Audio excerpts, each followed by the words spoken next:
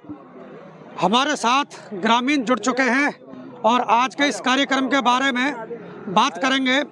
सतपाल जी हैं जिन्हें आप देख रहे हैं, और भी ग्रामीण काफ़ी लोग यहाँ पहुँचे हैं, गांव के मौजूद व्यक्ति खड़े हैं। जानेंगे आज के इस कार्यक्रम के बारे में।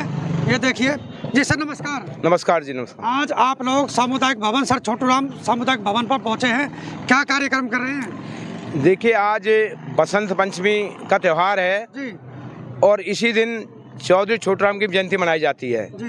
तो ये दो त्यौहार एक साथ हैं। और बसंत पंचमी का जो त्यौहार है, आज के दिन से बसंत ऋतु की शुरुआत होती है जी। जिसके कारण हमारी जो फसल लहराती हैं, सरसों के फूल खिलते हैं, तो इसलिए बसंत ऋतु इसे कहा जाता है।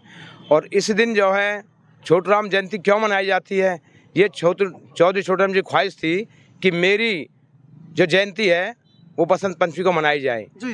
कारण इसका ये था, 24 नवंबर को भी उनका जन्मदिन मनाया जाता है, जन्म दिवस। असली जन्मदिन 24 नवंबर को है, लेकिन उनकी ख्वाहिश थी। और क्यों ख्वाहिश थी? सन 1942 में सांप्रदायिक दंगे हुए थे जी। तो उस दौरान बेगम शाह ने सद्भावना सम्मेलन बुलाया था लाहौर में। तो ये भाई सांप्रदायिक दंगे हो रहे हैं, इनको शांति कैसे हो।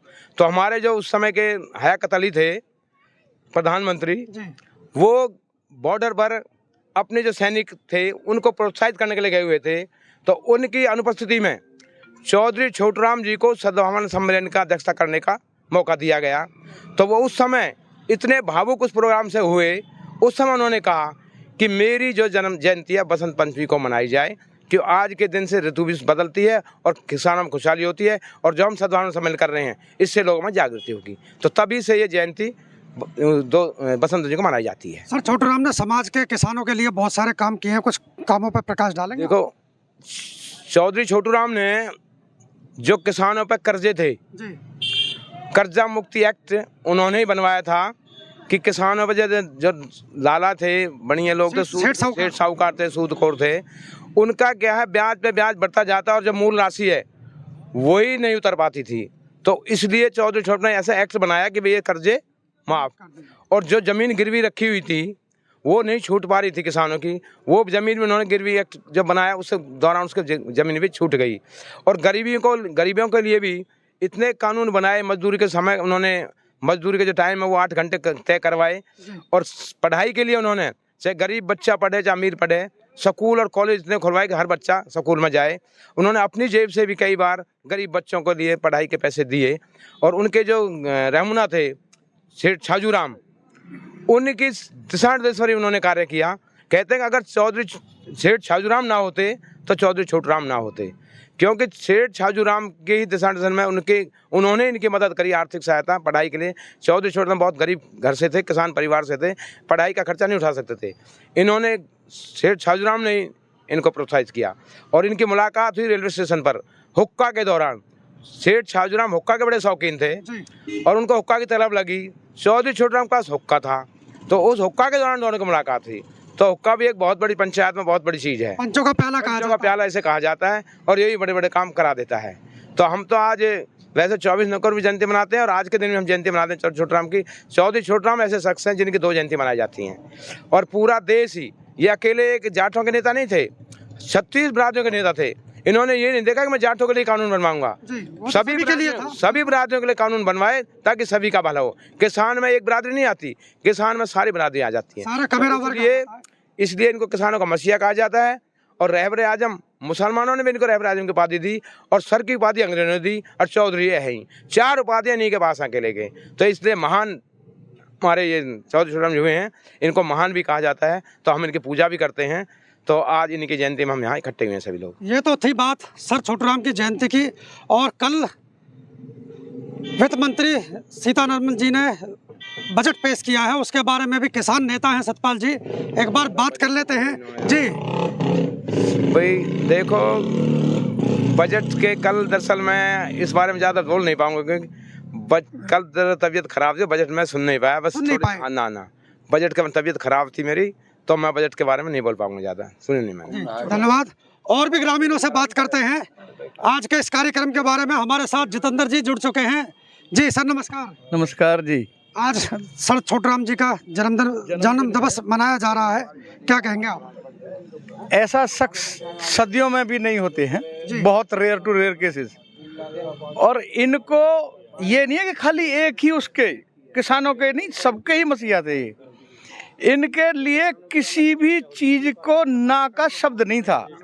ये कहते थे कि हर चीज एवरीथिंग इज पॉसिबल, हमें सक्सेस के लिए मेहनत करनी पड़ेगी। इन्होंने इतनी मेहनत करी है, इतनी मेहनत करी कि समाज को, कोई भी समाज हो, उसको उस मुकाम पे लाके छोड़ दिया कि वो अपने आप इंडिपेंडेंट हो गया। इसलिए ये पूजनीय इतने कि जब तक हमारी भी पीढ़ी रहेगी, हमारे आने वाले बच्चे भी इन्हीं को याद करेंगे, और कोई ताकत नहीं है इनके बराबर कोई खड़ा होने वाला। अंग्रेजों की हुकूमत में अपने काम का लोहा मनवाने वाले एकमात्र किसान नेता थे जी।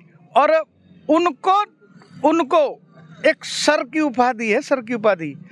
ये हनुमान जी का प्रसाद नहीं है जो हर एक को मिल जाए। जी बिल्कुल। Rare to rare cases, only one person in India, that is Chaudhary Chhotu Ram.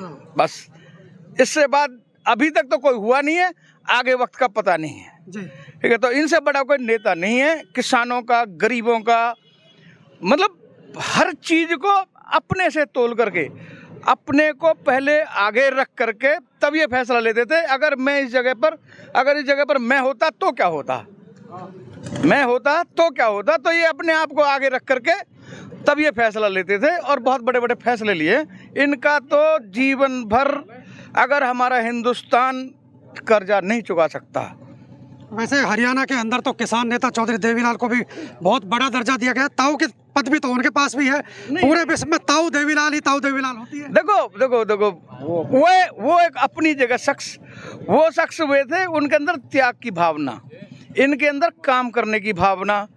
त्याग में और काम में दोनों फर्क होता है। त्याग तो आदमी कभी भी कर सकता है, परंतु अपने आप को पीछे रख के अपनी गद्दी दूसरों को दे करके, सुनो, अपनी गद्दी दूसरों को दी ताऊ देवीलाल ने, और पूरा इंडिया इकट्ठा कर दिया जब कांग्रेस को हराया था ताऊ देवीलाल। एक काम तो ताऊ देवीलाल ने ऐसा किया था जिसके बारे में किसी ने कल्पना ही नहीं की थी कि क्या किसी को बगैर काम के पेंशन दी जा सकती है।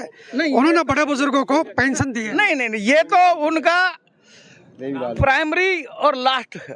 उस टाइम के 100 रुपए, आज ये 10,000 रुपए भी कर देना तो भी थोड़े हैं। देन तो उन्हीं की है, चालू तो उन्हीं की, देन तो उन्हीं की है, सोच तो उन्हीं की। सोच तो भाई क्या था उनके दिमाग में कि मान लीजिए वो भी ऐसे करते थे कि सपोज मेरी अगर आर्थिक स्थिति कमजोर हो जाती है और मैं इस लेवल पर आ जाता हूँ तो क्या होगा। बुजुर्गों का सहारा था। पंचायतों में हुक्का रखवाए थे, तखत रखवाए थे हर उस पे चौपाल के ऊपर, तो वो भी एक equivalent to Chaudhary Chhotu Ram, but not more than Chaudhary Chhotu Ram. बराबरी नहीं की जा सकती, दोनों के काम अलग अलग थे। सेठ छाजूराम जी जो थे, he is the backbone, he was the backbone to all over. पैसे में भी, और अब उनका व्यापार था बाहर, तो कलकत्ता या कहीं भी, उसके बिहाफ पर देखो पैसा चाहिए होता है। पहले भी जरूरत थी, आज भी जरूरत है किसी को फाइनेंशियल एड करके। पर वो जो फाइनेंशियल एड करी थी उन्होंने, उसका समाज के काम आई, समाज के काम है, उसका यूज हुआ। आज हम फाइनेंशियल एड मिलती है, किसी को मिलती है, वो उसको मिसयूज करते हैं, पर्सनली यूज भी कर लेते हैं। तो वो यूज करना समाज के लिए सिद्ध हुआ है, समाज के लिए बहुत बढ़िया साबित हुआ है। जी धन्यवाद सर। ये तो हमारे साथ जितेंद्र जी, और भी लोगों से बात करेंगे। हमारे साथ वार्ड नंबर 34 से जो तैयारी कर रहे हैं जितेंद्र वाल्मीकि उर्फ जीते, उनसे भी बात करेंगे। युवा नेता हैं और पहुंचे हैं आज सर छोटू राम जी की जयंती में सामुदायिक भवन खेड़ी कला। जी जितेंद्र कुमार, आज आप इस कार्यक्रम में पहुंचे हैं, क्या कहेंगे? हम इस कार्यक्रम में सर छोटू राम की जयंती के उपलक्ष्य में पहुंचे हैं। सर छोटू राम जी जो किसानों के नहीं बल्कि पूरे देश के लीडर रहे, किसानों के मसीहा, रहबर आजम, दीन बंधु। हम उनका एहसान है हमारे ऊपर भी, हमारे समाज के ऊपर और किसानों के ऊपर भी। हम जितने शब्द कहे उनके लिए थोड़े हैं, और उनके लिए हमारे पास शब्द ही नहीं है। बहुत कायम रहे, बड़े अच्छे नेता रहे हैं। किसानों के 20 से भी ज़्यादा पॉलिसीज़ उन्होंने अंग्रेजी सरकार में मजदूरों के लिए और किसानों के लिए पास कराई है। हम तो पूजा करते जी, मानते जी सर छोटू राम जी को। बिल्कुल, 36 बरादरी के लिए उन्होंने काम किया। जो किसानों की जमीन सेठ साहूकारों के पास जमीन पड़ी थी वो छुड़वाई भी उन्हीं हाँ, जो साहूकारों के पास जो जिन्हें गिरवी रखी हुई थी उनसे छुड़वाई है जी सर छोटू राम जी ने। और एक जो किसान खेती करता है उस खेती वाले किसान के पीछे और भी कई वर्ग जुड़े हुए होते हैं। और किसान में तो सारी जातियाँ ही आ जाती है, सबके पास थोड़ी थोड़ी जमीनें तो होती हाँ, है। बिल्कुल। कोई किसी के साथ जुड़ा हुआ है तो कोई किसी के साथ जुड़ा हुआ है। हाँ जी, हाँ जी, ये तो सारे जुड़े हुए कि अपनी थोड़ी थोड़ी जमीन है सभी के पास, थोड़ी थोड़ी काश्तकार करते ही है सभी वर्गों में। ये तो रही जितेंद्र जी बात आज जन्म दिवस की। अब हम बात कर लें थोड़ी राजनीति की। तो आपका चुनाव की तैयारी कैसी चल रही है? चुनाव की तैयारी जी हमारी जोर शोर से चल रही है, जीतेंगे बिल्कुल, गांव पूरा साथ है और भरपूर सहयोग मिल रहा है गाँव? और 10 गांवों में जा रहे, डोर टू डोर हमारी कैंपिंग इन हो रही है, सबका हमारे साथ लगे हुए हैं सब लोग, बुद्धिजीवी लोग सब हमारे साथ है जी। गांव का भी पूरा समर्थन है और हम क्या गांव का पूरे वार्ड का ही समर्थन है जी, पूरा वार्ड ही लड़ा रहा। खेड़ी गांव की अहम भूमिका जी हमें लड़ाने में। आपको लड़ाने में ये समझो खेड़ी गांव खड़ा है? हाँ, खेड़ी गांव पूरा खड़ा है जी, माताएं बहनें बुजुर्ग नौजवान साथी सब हमारे साथ है, सब वर्ग के लोग साथ है, सब जाति विशेष के लोग हमारे साथ है। धन्यवाद। जैसा कि जितेंद्र जी ने बताया है कि पूरा गांव इनके साथ है और पूरे गांव में ये डोर टू डोर कैंपेनिंग अपने कर ही रहे हैं, लोगों से मिल रहे हैं और लोग इन्हें भरपूर अपना सहयोग और प्यार कर रहे हैं। दूसरे गांव में भी, दूसरे क्षेत्र में भी अपने में ये जा रहे हैं। जितना वार्ड नंबर 34 का भौगोलिक क्षेत्र है उस भौगोलिक क्षेत्र में लोगों से संपर्क कर रहे हैं जितेंद्र कुमार। ये था आज का कार्यक्रम, सर छोटू राम जी की जयंती, और यहाँ पहुँचे गाँव के ग्रामीण गणमान्य लोग, सामाजिक लोग। आप देखते रहिए फरीदाबाद खबरनामा। मैं हूँ रविंद्र कुमार। नमस्कार, धन्यवाद।